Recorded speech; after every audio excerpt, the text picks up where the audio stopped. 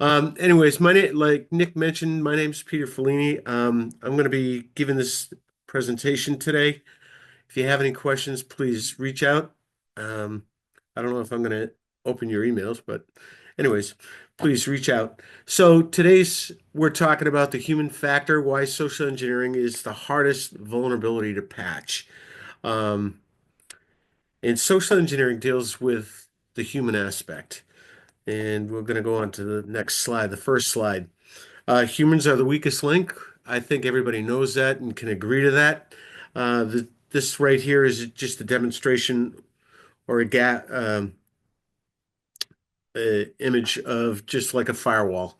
And you see the smiley faces. Some of them are frowns. Some of them are like, ooh, something. Unlike software vulnerabilities, which can be patched and updated, we're talking about the human being, and we're unpredictable. Why it's so hard to patch? You can't update the human instinct, or eliminate trust entirely without breaking a social functionality. Humans are inherently wired to assist.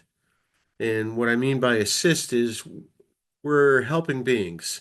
Somebody needs help, we want to reach out to them, we want to assist them. Um,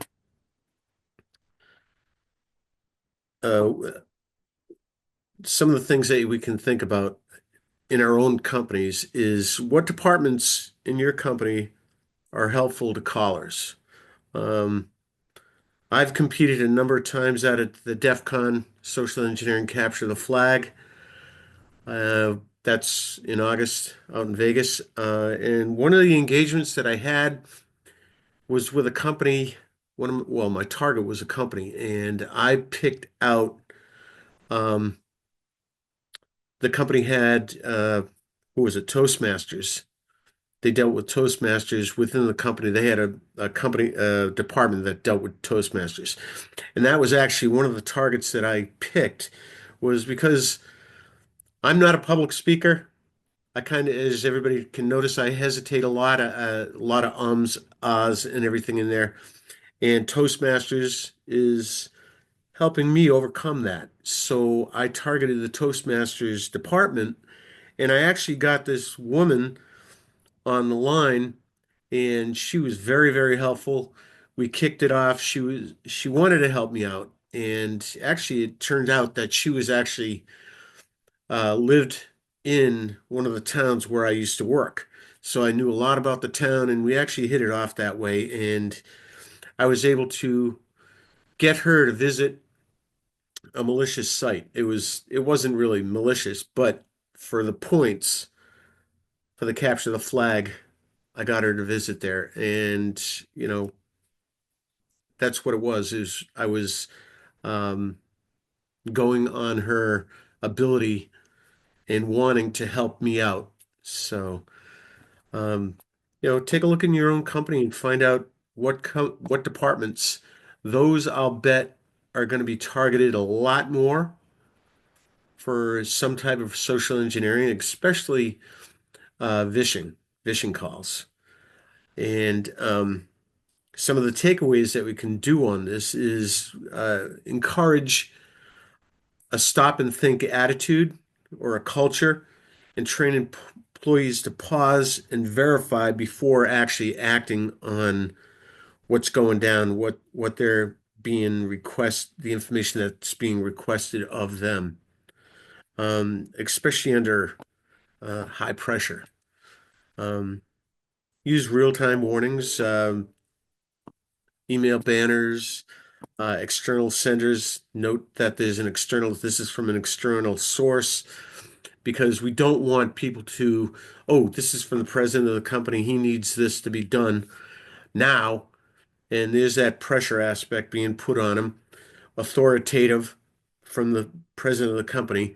So, take a look at that. Let's go on to the next slide. Adaptability of attackers. Um, Unlike software vulnerabilities, which can be patched, Social engineering constantly involves with their tactics. Um, why is it hard to patch? Training users to take time, and it takes time to train our employees, and attackers can pivot faster than our training can provide to customers or to our employees. Social engineers are agile. They tailor attacks to exploit current events or personal data. There's probably a lot of personal data that's being floated out there from different companies, your own included. Take a look at what people are posting on Facebook, on Twitter, LinkedIn. Some of the things that I would, when I was doing these capture the flags and I was given my target, I'd take a look at the Facebook, LinkedIn, Twitter accounts of executives within the companies, and I would write up scripts to actually exploit these employees or the executives. Um, like one of them, there was one executive who posted a bunch of pictures when he went on vacation with his family, and um, I put it out there that I was out there with you, and I took pictures of your family, and you asked me to send these pictures to you. So that was one of the ploys that I did. Um, we use a lot of OSINT investigation. Some of the takeaways that we can do on this is implement continuous adaptive training that evolves with threats. We can use AI-driven simulations to mimic real-world attacks and like deepfake calling, and teach employees to verify identities through a secondary channel. One of the things that we do here is we'll go out and we'll mimic, um, somebody, a maintenance guy. And we know that, the yellow helmet usually means that you're the worker bee. The white helmet usually means that you're the supervisor. And we'll play off that a bit. We'll carry ladders around, we'll have backpacks, we'll have the fluorescent vests on, and we'll just play on that. And if people don't double check, hey, wait a minute, we don't have any work orders for you, so we're gonna have to call. And I'd fake it and call my boss and get him on the line and stuff and hand the phone over. Well, they don't know who I'm calling. So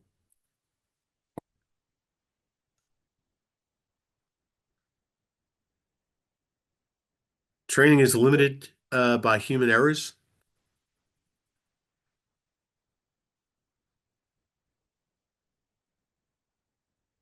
And why is it hard to patch? Human error is inevitable, and no amount of training can achieve 100% compliance. In Let me interrupt you 2021, for a question if you got a moment here. yeah, what's up? What do you typically see as the best delivery mechanism for training? Do you find computer-based training to be more effective or in-person workshops, and what kind of frequency? Both of them. Both of them are needed. CBT can cover a lot of things, but actually, unless you're actually physically testing, I think a lot of things are overlooked. And you know, it's always good to be out there in the trenches and work through these things. A lot of the things we can bring to the forefront with management and with team, the company saying, look, we were able to do this, that, and the other thing and get in, um, just by being out there. So I think it's got to be a combination of both, Nick. Perfect. Thank you so much. So and train often. Hey, this next slide right here, training is limited by human errors. Like I said earlier, human error is inevitable, and no amount of training can achieve 100% compliance. In the 2021 Colonial Pipeline, I think it was, ransomware attack, it disrupted fuel supplies across the United States. And that began with a simple employee clicking on a phishing email that was labeled VPN reset, I believe. Despite the company having cybersecurity training, the employee was likely under stress or distracted. And that's a lot. You got to stress your employees. You got to put them under stress because we rise to the level of our training and not to the level of our expectations. We I've been through the training, I'm all set. Well, that's all well and good, but unless you're actually stressed under that training, and this is where that CBT training and on-site training comes into play, Nick. Um, everybody can expect to that, yeah, I'll catch that fish, I'll catch that fish, I'll catch the guy that's trying to come in through the front door, the back door, whatever door. Um, you know, we got to train harder. We got to put stress on the employees and get this thing over with. Um, some of the takeaways for this: reduce the cognitive load by automating security where possible, and that's email filters and quarantine suspect messages. Um, so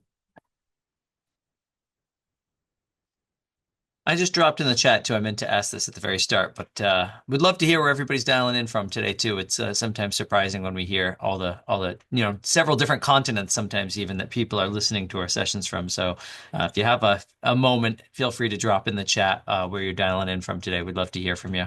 We're dialing in from Pete's over in Attleboro. I'm over in Seekonk, Massachusetts. So love he's to my see where neighbor. everyone else is dialing in from.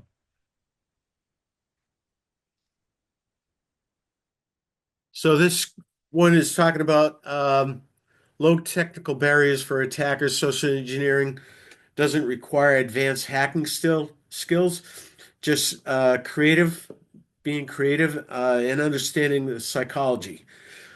Now, Joe Navarro he wrote a book, and one of the things that he put in his books is things to consider when you're assessing um, for before and during the meeting.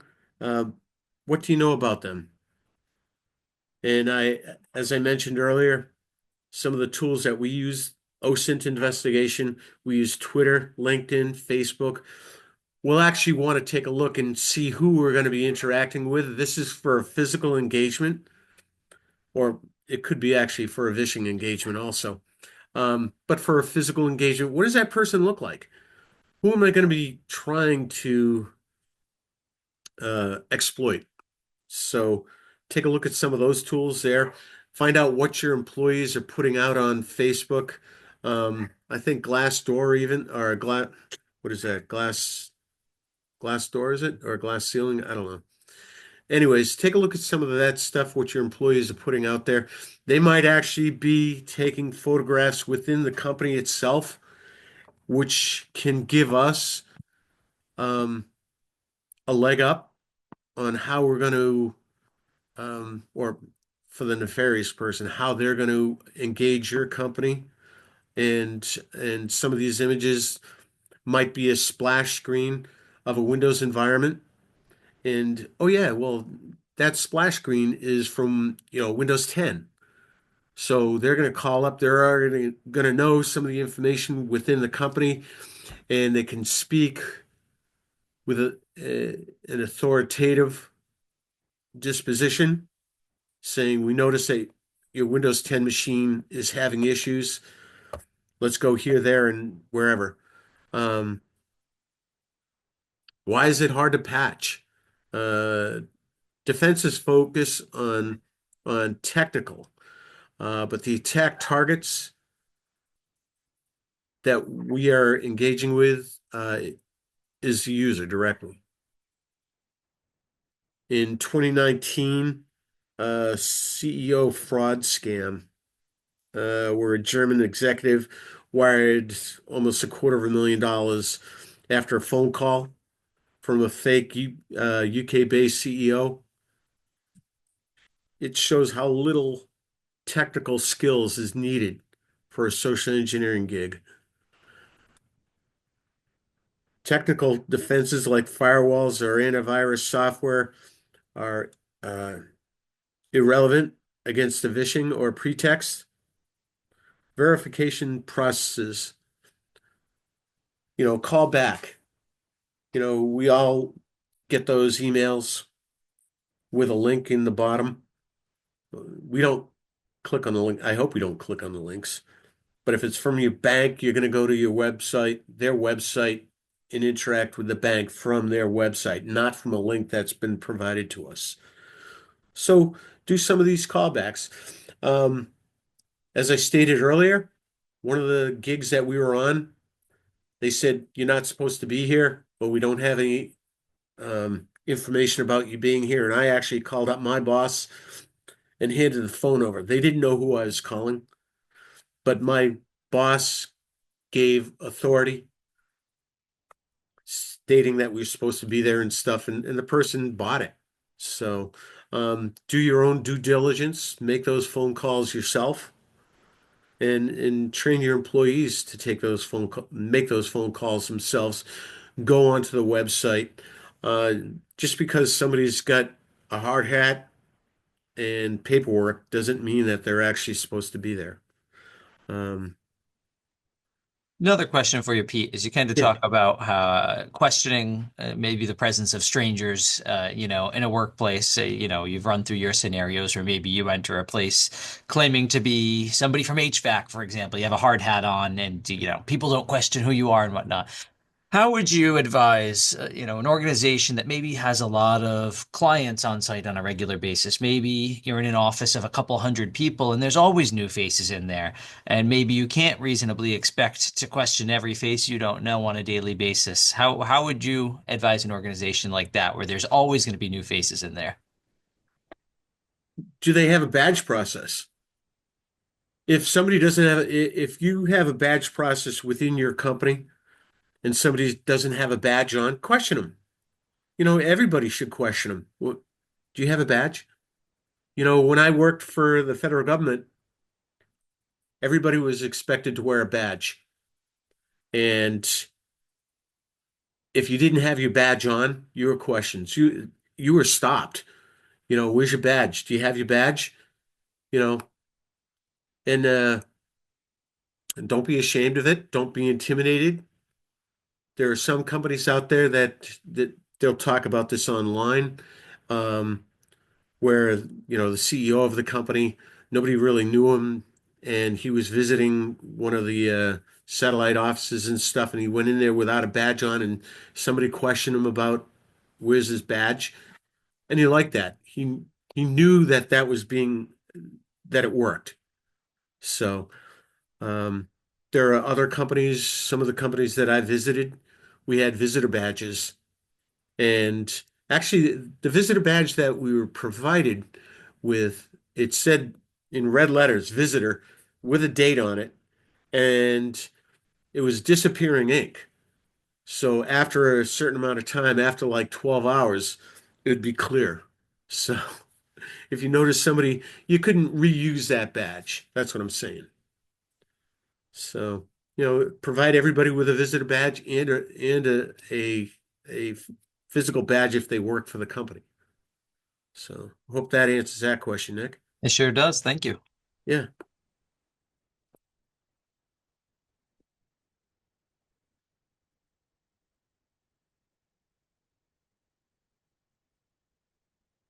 So here we have trust is a double-edged sword.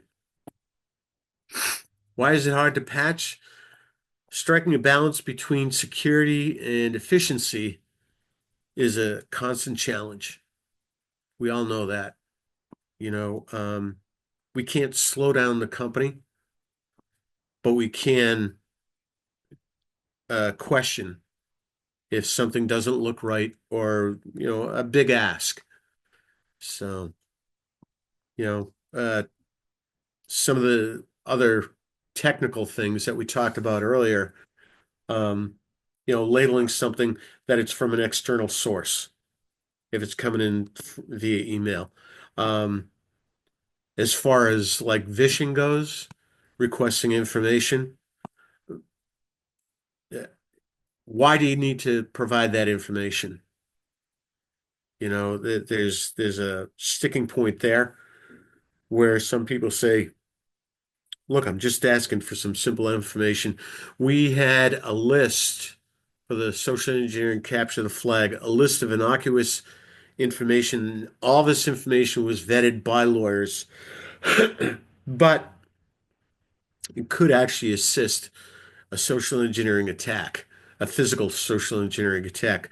Like some of the things that would ask is during the capture the flags, um, who does your vending? Your vending machines, who are they filled by? Who are they serviced by? Those are great ploys.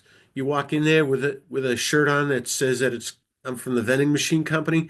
I'm here to service your vending machines. All right. Um, who does your pest control? Some innocuous questions like that, but it actually could give somebody a foothold within your environment. Um, again, we got to strike that balance between security and efficiency. In 2015, I believe it was Ubiquity Network scam, where employees wired like almost 50 million dollars after receiving a fake executive email. Um, it underscores how trust can be weaponized. Um, attacks often exploit internal workflows like email approvals. So if you have somebody who's actually an accountant who's writing checks and everything, you know, yeah, they should question it if it's out of the norm. Even if it's within the norm, why not just question it? Just, hey, did you just send down an email saying that you wanted, $25,000 put offshore to this account or whatever? I think if the company said no, we didn't, they're going to be happy about that.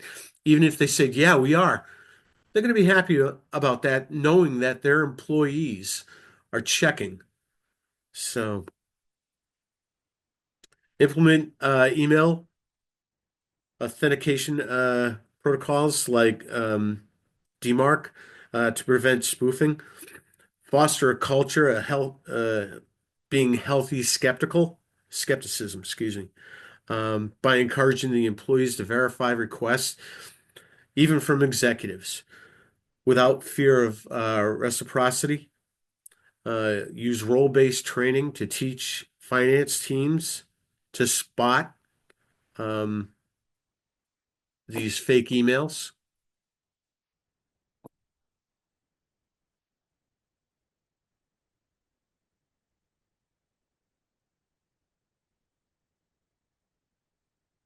And the scale of the problem. This is a big one right here. The business email compromise, that's BEC. Why is it hard to patch? You can't monitor every interaction or eliminate all risk without invasive oversight.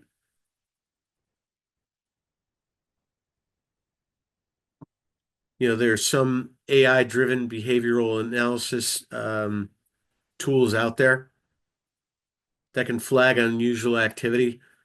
A sudden wire transfer request, that's from the earlier one. Somebody in accounting getting a wire transfer to go off $25,000 offshore. $25,000 compared to some of these other big ones. The $500,000, the $50 million scams. Um, $25,000 for some companies is a lot of money. So educate employees on the scale of the threat with real world examples. And again, this goes back to our training. We rise to the level of our training, not the level of our expectations. So you may expect that everybody's going to capture everything, and fraud won't occur, or these phishing or social engineering scams, they're never going to happen to me. Well, guess what? I don't even think that. My wife will tell you, I get a lot of things that I just delete out on my email chain. Um, just because first I didn't ask for it. Why is it coming in? I didn't ask for this. If you didn't ask for it, why they sending it to you? So,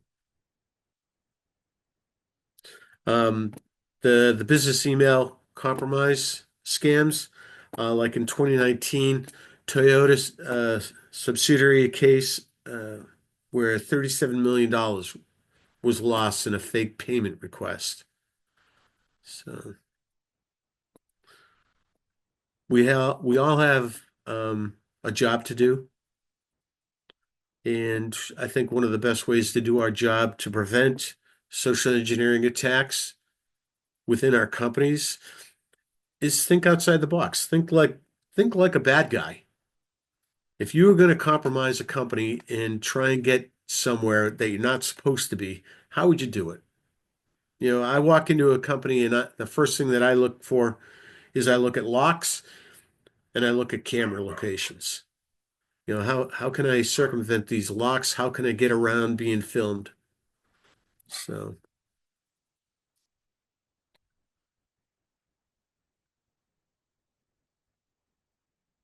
that's about it, folks. I got another question for you. Yeah.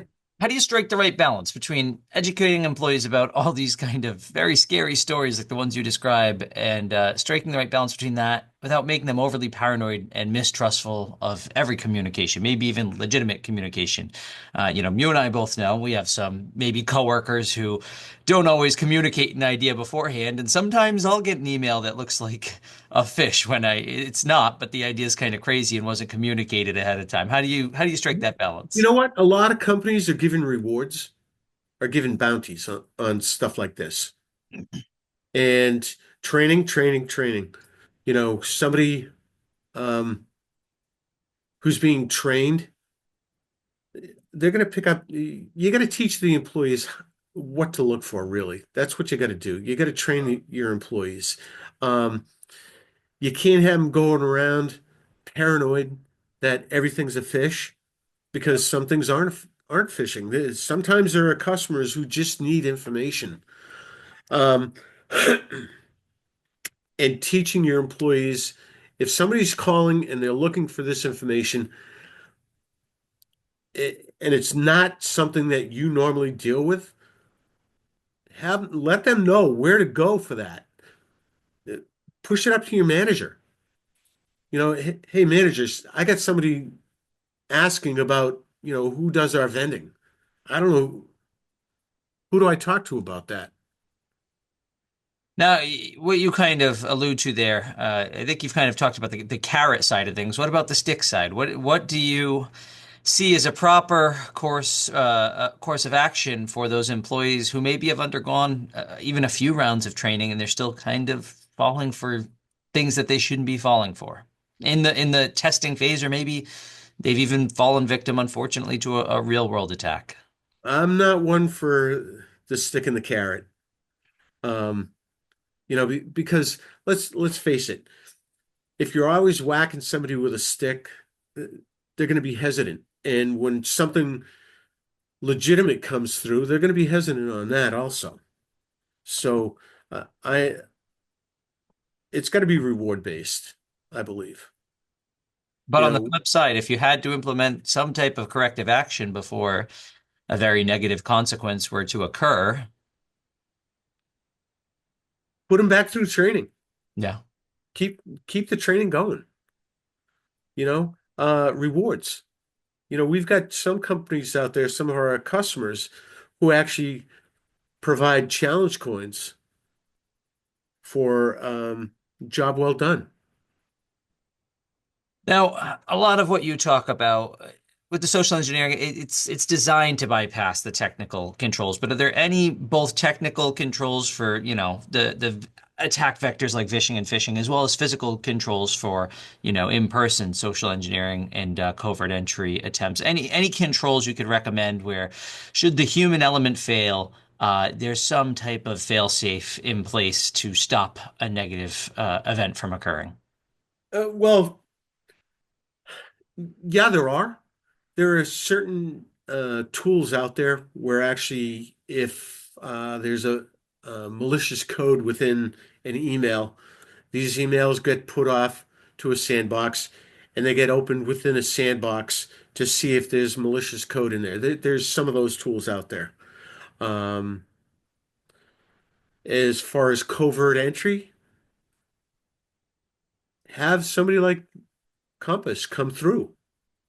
And hey, look, you may want to do this on that lock. You may want to do this on this door. Why is this door opening this way and not that way?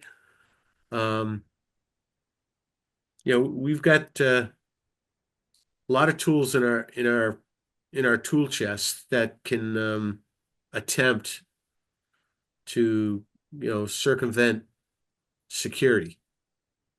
Can you talk about the physical side of things a little bit more? I think a lot of times the focus is on the phishing, the vishing, the digital side, but I don't think the covert entry topic is talked enough.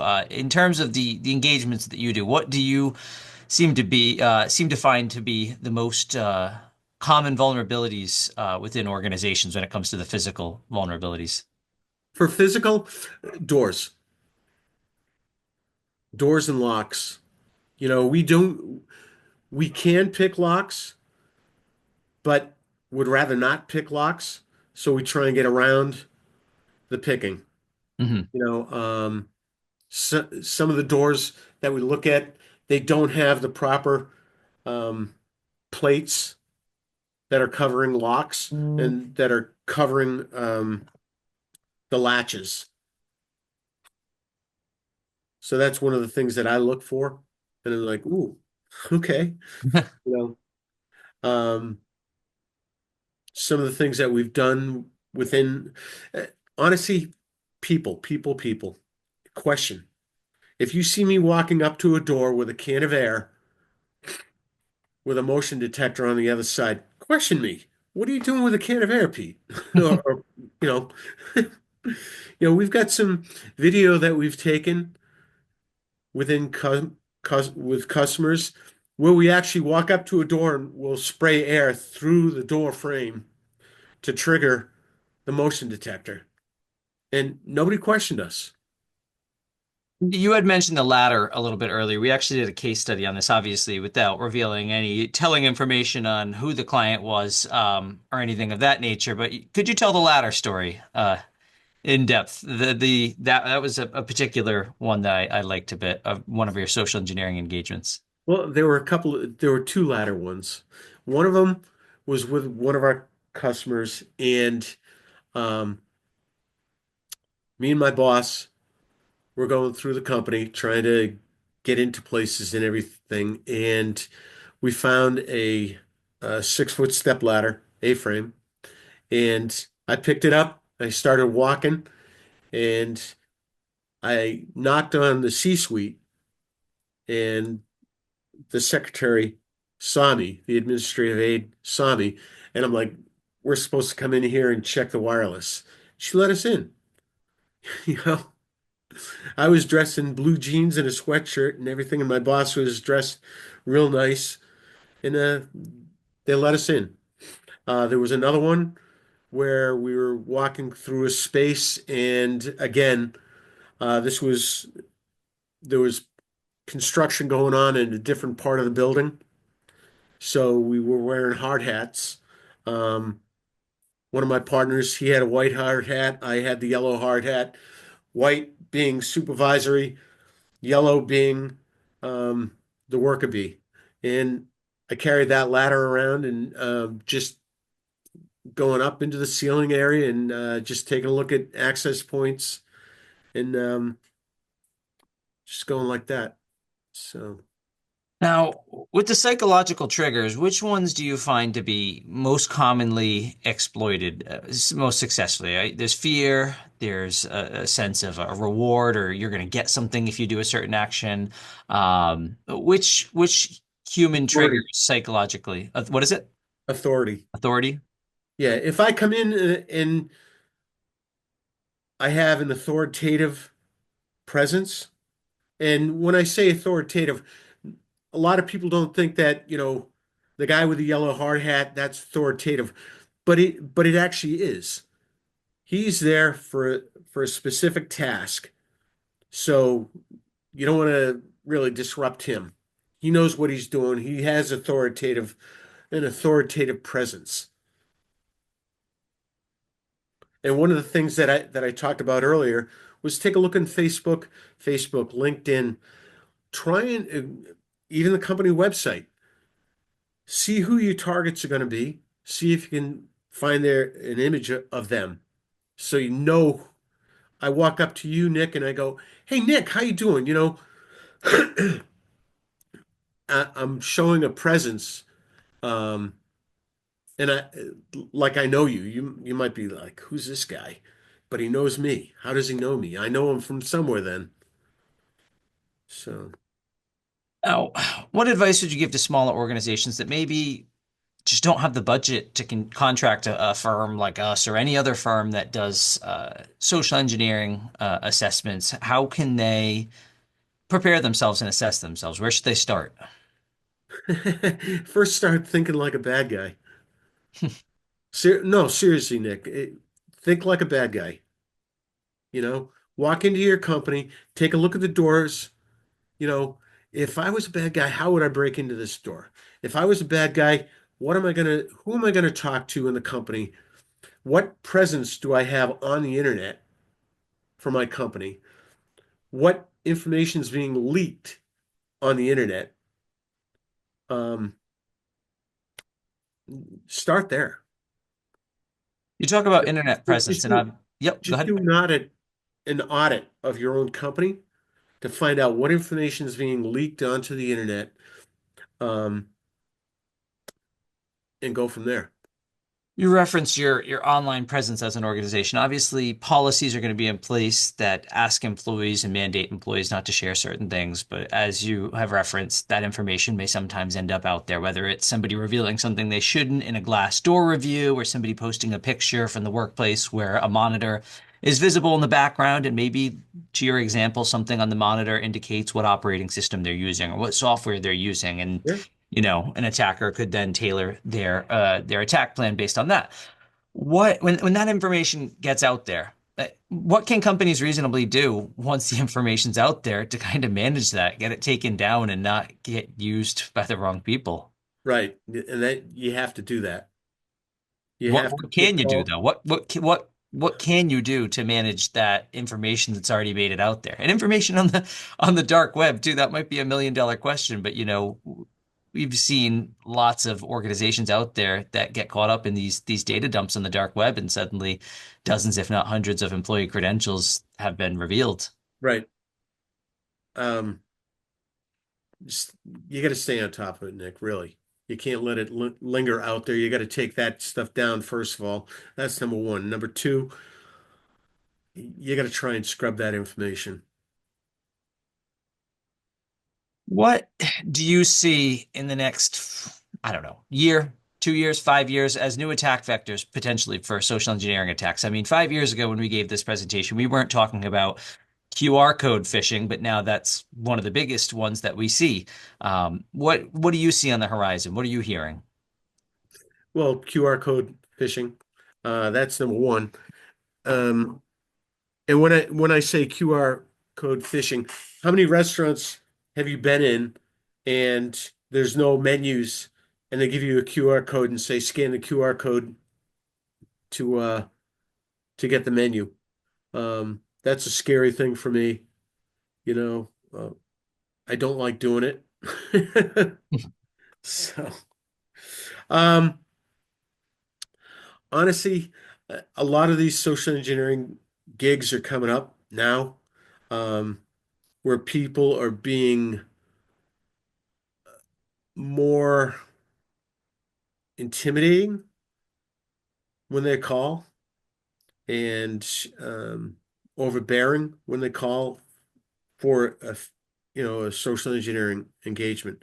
I see a lot coming up with our senior citizens. There are more and more senior citizens every single day. Um, and those, I believe, honestly, that's the low-hanging fruit, our senior citizens. So, talk to your parents, talk to your grandparents, educate them. It makes a great point. We actually visited two or three senior centers locally, and we gave presentations to the audience there, and they were extremely happy. And it was a presentation that honestly many of them hadn't heard before, and they had a lot of great questions. And I think it's a conversation that's not happening at that level as often as it needs to, and that's why unfortunately they end up being the victim of many of these attacks. Yeah. Um, how would you advise organizations to mitigate the risk of social engineering attacks that target the company but use employees' private social media accounts as the attack vector? Question. Be inquisitive. Why am I getting these phone calls? Um, who's calling? Let, I'll call you right back. You're with company XYZ? I'll call you right back. What's your extension? What's your name, title, extension? I'll call you back. You know, um, just because somebody's calling you, first of all, doesn't mean you have to answer the phone. Let it go to voicemail. Uh, when I do my assessments, I find that too much where it goes to voicemail. And I'm not going to leave a message for somebody who I'm trying to manipulate. So, um, I'll try back. And I've gone into situations where the person actually said, "You know what, Pete? Let me call you back." And, it's like, "Eek, I'm calling from a spoofed number, so they're not going to call me back." So, One big buzzword that we have not used at all today is AI. How do you see AI playing a role in both the attack side and the defense side when it comes to social engineering? for defense, there's a lot coming up right now.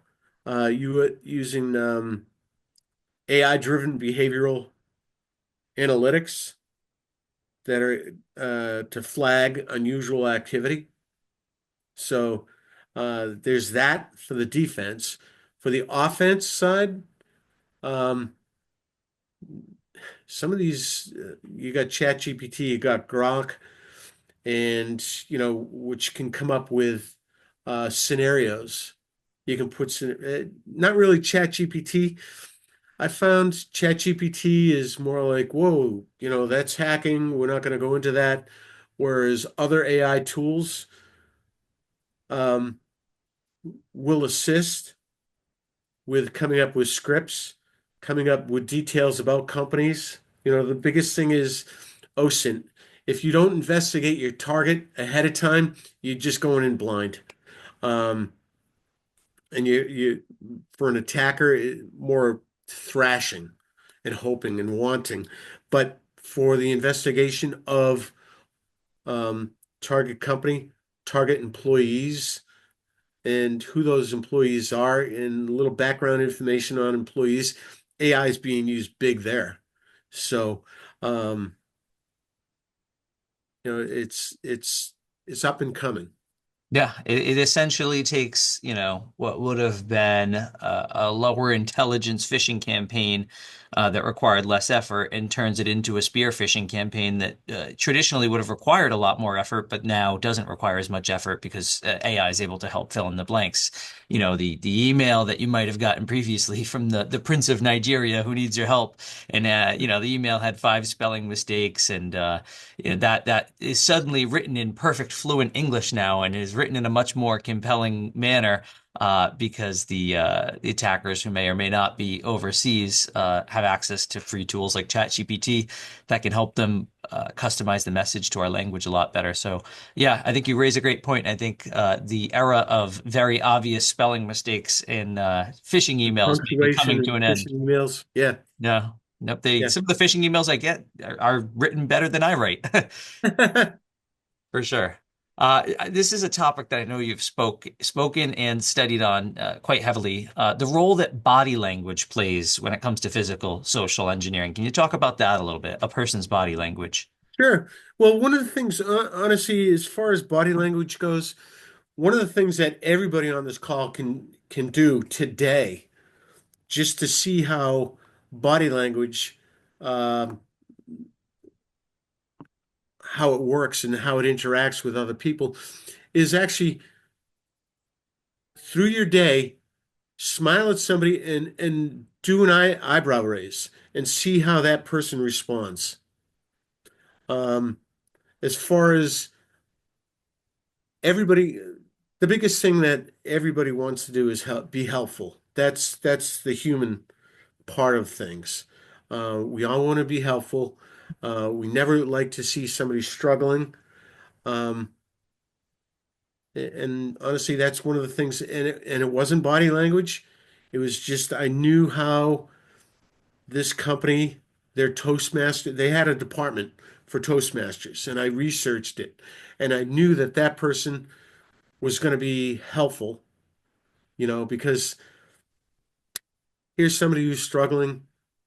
Well, I'm going to move to your company. I'm moving out from the East Coast to the West Coast. I do take Toastmasters here, but I want to take it out there with you people. Can you help me out? And then all of a sudden, it just starts a dialogue with a person. And that wasn't a physical interaction. That was a verbal interaction. That was actually going to the person's psyche, that they wanted to be helpful. Like I said, just smile at somebody today, and see how they respond to you. Not making direct eye contact with somebody uh,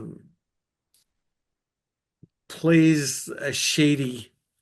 If you can't make direct eye contact with somebody, what's wrong with this person? Why are they being shady like this? If you make a glancing eye contact with somebody, um, it helps. You're going to have that more trustworthy um, demeanor about yourself. So, I have one more question for you, and I will give everybody one last chance to throw in a question here while I ask Pete this one. Are there any particular times a year or occasions where these social engineering attacks tend to spike?